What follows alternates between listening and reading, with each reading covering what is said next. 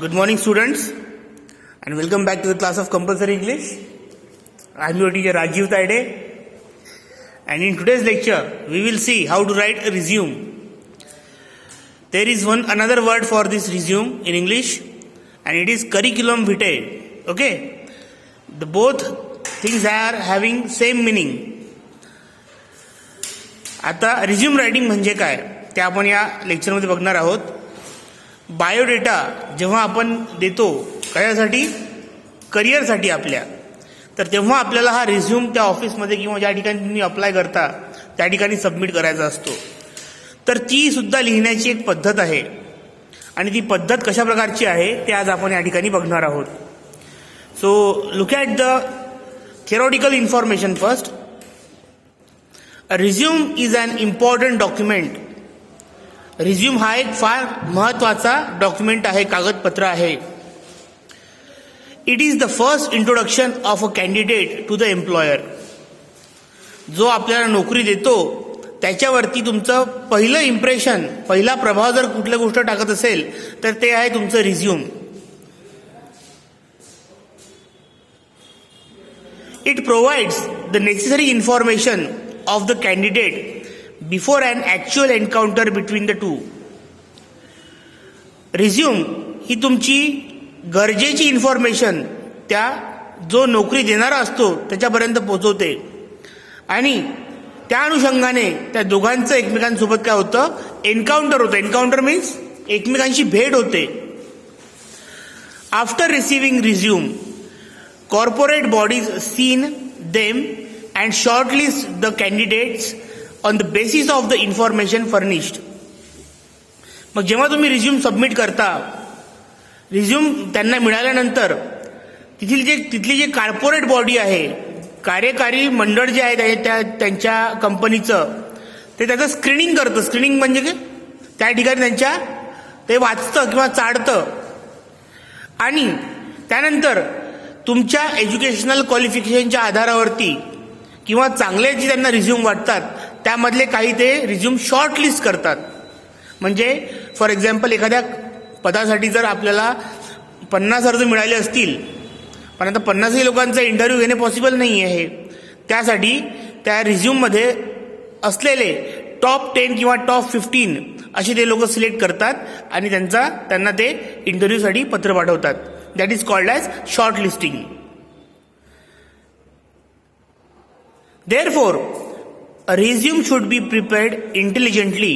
आणि म्हणूनच आपल्याला जो आपला रिझ्यूम बनवायचा आहे तो अगदी कुशलतापूर्वक, बुद्धिमत्तेने आपल्याला तो बनवायचा आहे. अँड प्रेझेंटेड प्रॉपरली, आणि खूपच व्यवस्थितपणे तो सादर सुद्धा करायचा आहे. A resume is a selling tool which highlights the skills and experience of the candidate. Resume एक असं माध्यम आहे जे काय करतं, अधोरेखित करतं. काय अधोरेखित करतं तर कुशलता, स्किल आणि अनुभव त्या उमेदवाराचा कार्यकौशल्य आणि अनुभव याचं ते काय आहे, प्रेझेंटेशन आहे. It enables the employer to see at a glance the extent of the candidate's utility to his workplace. आणि तो रिझ्यूम बघितल्यानंतर तो जो नोकरी देणारा व्यक्ती आहे त्याला एका क्षणात, एका दृष्टिक्षेपात त्याला कळून जातं की हा जो कॅन्डिडेट आहे ज्याचा तो रिझ्यूम वाचत आहे तो आपल्यासाठी किती कामाचा आहे हे तुमच्या रिझ्यूमकडे बघितल्यानंतर त्याला कळून जाते. A resume is the first contact between the candidate and his prospective employer. Resume म्हणजे काय याचे काही त्यांनी मुद्दे दिलेले आहेत ते बघा. तर रिझ्यूम म्हणजे त्या ठिकाणी जो कॅन्डिडेट असतो, उमेदवार आणि नोकरी देणारी व्यक्ती यांच्यामध्ये पहिला जर कुठला कॉन्टॅक्ट होत असेल, संबंध येत असेल तर तो या रिझ्यूमच्या माध्यमातून येतो. Also the first may be the last chance the candidate has to pursue it, the employer to call him for an interview. आता ही एक पहिलीच वेळ असते किंवा कदाचित शेवटची सुद्धा ही संधी असते त्या उमेदवारासाठी की त्या एम्प्लॉयरला कॉल करणे, म्हणजे तो एम्प्लॉयर जेव्हा तुम्हाला कॉल करतो तेव्हा ती कदाचित पहिली संधी असेल किंवा कदाचित शेवटची संधी असेल, त्यानंतर तो कॉलही करणार नाही, कारण की त्या ठिकाणी तुमचा रिझ्यूम गेलेला आहे. मग मधातच जर त्याला एखादी अडचण आली किंवा त्याचा एखादा उमेदवार कमी झाला तर त्या ठिकाणी सुद्धा तो तुम्हाला कॉल करू शकतो. परंतु जर त्याला जर एखादा प्रॉपर कॅन्डिडेट मिळाला तुमच्यापेक्षा वेगळा तर तो तुमचा कदाचित शेवटचा कॉल असेल इंटरव्ह्यूला बोलवायचा. Where the candidate enumerates his skills, qualifications and experience so that the employer can assess the advantages of employing him. आता या ठिकाणी त्या रिझ्यूममध्ये तुम्ही तो जो उमेदवार आहे तो काय करतो, आपल्याकडे किती स्किल आहेत, इनन्युमरेट म्हणजे त्या ठिकाणी तो त्याला काउंट करून देतो की माझ्याकडे या प्रकारचे कार्यकौशल्य आहेत, या प्रकारचे माझ्याकडे क्वालिफिकेशन आहे, शैक्षणिक पात्रता आहे, या प्रकारचा अनुभव आहे आणि त्या सगळ्यांची ते मांडणी त्या ठिकाणी करतो. आणि त्याच्यावरून आपला जो नोकरी देणारा व्यक्ती आहे तर तो व्यक्ती त्याचं काय करतो, असेसमेंट करतो, मूल्यांकन करतो आणि बघतो की हा व्यक्ती आपल्यासाठी, आपल्या कामासाठी किती उपयुक्त आहे.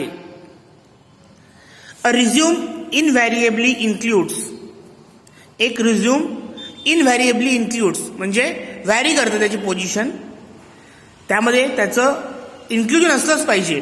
म्हणजे एका रिझ्यूममध्ये काय काय असलं पाहिजे याचं त्यांनी माहिती या ठिकाणी सांगितलेली आहे, पण ती व्हॅरी होऊ शकते. पर्सनल डिटेल्स, त्यामध्ये पहिला मुद्दा आहे पर्सनल डिटेल्स, ज्यामध्ये येतं नाव, नेम, डेट ऑफ बर्थ, जन्मतारीख, ॲड्रेस, पत्ता, फोन नंबर, तुमचा जर कुठला तरी तुमच्याकडे भ्रमणध्वनी क्रमांक असेल तर तो, आणि मॅरिटल स्टेटस, तुमचा वैवाहिक स्थिती, याची माहिती तुम्हाला त्या पर्सनल डिटेल्समध्ये द्यायची असते. नंतर बघा दुसरा मुद्दा आहे एज्युकेशनल क्वालिफिकेशन. या ठिकाणी तुम्हाला तुमचं एज्युकेशनल क्वालिफिकेशन एका तक्त्याच्या माध्यमातून दाखवावं लागतं. त्याचा नमुना पुढे दिलेला आहे, तो मी तुम्हाला एक्सप्लेन करणारच आहे. नंतर स्पेशलाइज्ड ट्रेनिंग, ज्या प्रकारचा जॉब आपल्याला हवा आहे त्यासाठी शैक्षणिक बाबतीसोबतच तुम्ही कुठलं ट्रेनिंग घेतलेलं आहे काय ते सुद्धा त्या ठिकाणी तुम्हाला मेन्शन करायचं आहे. त्यानंतर आहे चौथा मुद्दा अनुभव आणि पाचवा मुद्दा अचिव्हमेंट्स. चौथा मुद्दा अनुभव म्हणजे तुम्ही कुठे कुठे आधी काम केलेलं आहे, तर कदाचित तुमच्या त्या अनुभवाच्या सर्टिफिकेटवरून तो तुमच्या आधीच्या मालकाला कॉन्टॅक्ट करेल की हा व्यक्ती कसा होता, तर त्या ठिकाणी ते तुमचं एक्सपिरियन्स सर्टिफिकेट तुम्हाला कामात येईल. अचिव्हमेंट्स, तुम्ही आतापर्यंत कुठल्या कुठल्या गोष्टी अचीव्ह केलेल्या आहेत, कुठे कुठे आपण यश संपादन केलेलं आहे, तर ते सुद्धा तुम्हाला त्या ठिकाणी मेन्शन करायचं आहे, नमूद करायचं आहे. References to recommend your candidature, आणि कुठे कुठे ते लोक रेकमेंडेशन मागतात. रेकमेंडेशन म्हणजे हा मुलगा चांगला आहे बा, याला तुम्ही कामावरती ठेवू शकता, असं एखाद्या प्रतिष्ठित व्यक्तीचं तुमच्याबद्दलचं मत कागदावरती त्यांनी दिलेलं त्याचं प्रूफ, त्याला म्हणतो आपण रेफरन्स. तर त्या ठिकाणी तुमचं जे उमेदवार आहे त्याला एक वजन यावं किंवा त्याला एखादा त्याला काय म्हणू आपण ओळख पडून त्याचं मत तुमच्यापर्यंत पोहोचावं, यासाठी ते रेफरन्सेस त्या ठिकाणी दिलेले असतात. Here are some example of resume or the personal data. पहा या ठिकाणी त्यांनी एक्झाम्पल दिलेलं आहे. Example 1, here is a letter forwarding your resume for the post of sales executive. या ठिकाणी तुमचं एक पत्र आहे, त्या ठिकाणी तुमचा रिझ्यूम फॉरवर्ड करण्याकरिता ते लिहिलं गेलेलं आहे. पहा जेव्हा जेव्हा आपण रिझ्यूम सबमिट करतो त्याला पत्राची जोडणी करावीच लागते, एनक्लोज्ड विथ लेटर असं म्हणतात त्याला. Your resume must be enclosed with letter. तर त्या ठिकाणी पहा या ठिकाणी त्यांनी पहिले पत्ता लिहिलेला आहे 124 Ramnagar Thakur colony Amravati pincode 13 August 2014. आता या ठिकाणी आपल्याला एक्झिक्युटिव्ह सेलसाठी आपल्याला पत्र अर्ज करायचा आहे. त्या ठिकाणी मग त्या ठिकाणी कोणाला पत्र करायचं आहे हे आपल्याला त्या ॲडव्हर्टाईजमध्ये दिलेलं असतं. तर त्या ठिकाणी पहा टू द पर्सनल मॅनेजर. आता या ठिकाणी यांनी टू नंतर कॉमा दिलेला नाही, टू नंतर कॉमा द्यायचा असतो. इथे ॲड्रेसमध्ये सुद्धा पहा 124 रामनगर नंतर कॉमा ठाकूर कॉलनी नंतर कॉमा अमरावती 444602 नंतर फुल स्टॉप नंतर 13 ऑगस्ट 2014 नंतर फुल स्टॉप. हे गोष्टी तुम्हाला त्या ठिकाणी आवर्जून करायच्या आहेत. आता या ठिकाणी सॅल्युटेशनमध्ये सुद्धा पहा टू नंतर कॉमा द्यायचा. The personal manager Hindustan Unilever limited. Personal manager नंतर कॉमा हिंदुस्तान युनिलिव्हर लिमिटेड नंतर comma Whitefield enclave comma 22B comma Sardar Patel Marg comma Andheri east Mumbai full stop. ठीक आहे. अशा प्रकारे तुम्हाला तो त्या ठिकाणी त्याचा ॲड्रेस सहित त्याचं सॅल्युटेशन तुम्हाला लिहायचं आहे. रेफरन्स पहा कसा लिहायचा असतो. आता जेव्हा तुम्ही त्या ठिकाणी अप्लाय करता किंवा आपला अर्ज सादर करता त्या ठिकाणी तुम्हाला कशाच्या माध्यमातून ती सूचना मिळाली ते त्या ठिकाणी रेफरन्समध्ये तुम्हाला नमूद करणे गरजेचे आहे. आता रेफरन्स पहा कसा आहे या ठिकाणी दिलेला.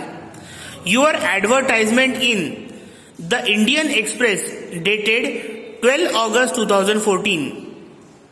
ज्या कुठल्या वृत्तपत्रात कुठल्या तारखेला तुम्ही ती न्यूज वाचली ते नमूद करणं रेफरन्समध्ये गरजेचं आहे. नंतर सब्जेक्ट विषय application for the post of sales executive. तुम्हाला ज्या पदासाठी तुम्हाला अर्ज करायचा आहे ते पद त्या ठिकाणी application for the post of sales executive असं लिहावं लागेल. आता या ठिकाणी त्यांनी डिअर सर म्हटलेलं आहे. ठीक आहे त्यांनी या ठिकाणी दिलेलं आहे. But the person whom we don't know, तो एका मोठ्या पोस्टवरती आहे, तुम्हाला नोकरी देणार आहे, तर त्या ठिकाणी तुम्ही रिस्पेक्टेड लिहिलेलं बरं. Respected sir with reference to your advertisement. Sir नंतर पहा कॉमा दिलेला आहे त्यांनी. रिस्पेक्टेड सर नंतर कॉमा दिलेला आहे. With reference to the advertisement cited above. वरील दिलेल्या ॲडव्हर्टाइजमेंटनुसार I have take this opportunity to present my candidature for the post of sales executive in your esteemed institution किंवा ऑर्गनायझेशन. तुमच्या वृत्तपत्रातील जाहिरातीला बघून मी ही संधी घेतोय की माझं मी उमेदवारी पद सादर करतोय तुम्ही दिलेल्या सेल्स एक्झिक्युटिव्ह ऑफिसरच्या पोस्टसाठी तुमच्या सन्माननीय अशा संस्थेमध्ये. I am a first class commerce graduate of SGB Amravati university. मी कॉमर्स डिपार्टमेंटचा प्रथम श्रेणीत पास झालेलो संत गाडगेबाबा अमरावती विद्यापीठाचा विद्यार्थी आहे. I have successfully completed the UGC sponsored add on course in communication skills. त्याचप्रमाणे युनिव्हर्सिटी ग्रँट्स कमिशननी स्पॉन्सर केलेला जो एक ॲडव्हान्स कोर्स आहे कुठल्या कम्युनिकेशन स्किल संवाद कौशल्याच्या बाबतीतचा तो सुद्धा मी कंप्लीट केलेला आहे. I can communicate fluently and confidently in Marathi Hindi and English. मी 3 भाषांमध्ये अगदी कॉन्फिडेंटली आत्मविश्वासाने समोरच्या सोबत संप्रेषण करू शकतो किंवा संवाद साधू शकतो. I am enclosing herewith my resume and photostat copies of relevant marksheet for your kind consideration. मी या ठिकाणी या पत्रासोबत माझा रिझ्यूम आणि माझ्या झेरॉक्स कॉपी किंवा फोटोस्टॅट कॉपी ज्याला म्हणतात त्या तुमच्या या पत्रासोबत जोडून पाठवत आहोत तुमच्या कन्सिडरेशन करिता, ज्या तुम्ही बघाव्यात याकरिता. I can assure you that I would discharge my duties to the best of my abilities. मी या ठिकाणी तुम्हाला ग्वाही देऊ इच्छितो की मी माझ्या जे कार्य आहे ते माझ्या सर्वतोपरी क्षमतेने करण्याचा प्रयत्न करेन. And would be an asset for your organisation. आणि मी तुमच्या संस्थेसाठी एक मौल्यवान व्यक्ती ठरेल. Looking forward for your response. तुमच्या उत्तराची वाट बघतोय. युअर्स फेथफुली, तुमचा विश्वासू संदीप एम पाटील. नंतर एन्क्लोजर्स, रिझ्यूम पहिले बायोडेटा आणि नंतर photostat copies of marksheet. Photo copies of तुमच्या जे काही डॉक्युमेंट्स असतील त्याच्या. नंतर बा रिझ्यूम त्यांनी लिहिलेला आहे. रिझ्यूमवरती अंडरलाईन केलेलं कॅपिटल लेटर्समध्ये लिहिलेलं त्या ठिकाणी ते लिहायचं. पर्सनल डिटेल्समध्ये पहा काय काय लिहिलेलं आहे त्यांनी. Name, date of birth, address, contact number, email ID, marital status. हे झाले पर्सनल डिटेल्स. हे तुम्हाला तुमचे वैयक्तिक माहिती त्या ठिकाणी लिहायची आहे सर्वात पहिले. नंतर एज्युकेशनल क्वालिफिकेशन. आता एज्युकेशनल क्वालिफिकेशनमध्ये तुम्हाला तक्ता तयार करायचा आहे. त्या ठिकाणी पहिला कॉलम जो आहे तो आहे सिरियल नंबरचा 1, 2, 3, 4. नंतर इयर, हे कसं असलं पाहिजे, सुरुवातीला काय केलं नंतर काय काय केलं ते त्या क्रमाने ते तुम्हाला लिहायचं आहे. सुरुवातीला यांनी 10वी केली 2009 साली, पहिल्या डिव्हिजनमध्ये पास झाला आणि शाळेचं नाव होतं आदर्श विद्या मंदिर अमरावती. दुसरा पॉइंट 2011 साली 12वी उत्तीर्ण केली फर्स्ट डिव्हिजनमध्ये MG ज्युनियर कॉलेज अमरावती. 2014 साली BCom केलं MG महाविद्यालय अमरावती, SGB अमरावती युनिव्हर्सिटी अमरावती. चौथा certificate course in communication skills MG महाविद्यालय SGB अमरावती युनिव्हर्सिटी अमरावती. अशा प्रकारे तुमचं एज्युकेशनल क्वालिफिकेशन तुम्हाला त्या ठिकाणी नमूद करायचं आहे. ज्या कुठल्या विषयाच्या मार्कशीट तुम्हाला मिळाल्या असतील त्या सगळ्यांचा उल्लेख या ठिकाणी करायचा आहे. नंतर आहे एक्स्ट्रा करिक्युलर ॲक्टिव्हिटीज. आता एक्स्ट्रा करिक्युलर ॲक्टिव्हिटीज म्हणजे अशैक्षणिक गोष्टींमध्ये तुम्ही काय निपुणता हासिल केलेली आहे किंवा संपादित केलेली आहे त्याचा उल्लेख तुम्हाला या ठिकाणी एक्स्ट्रा करिक्युलर ॲक्टिव्हिटीजमध्ये करायचा आहे. Was the convener of the college commerce association. मी त्या ठिकाणी कन्व्हेनर होतो, संपादक होतो.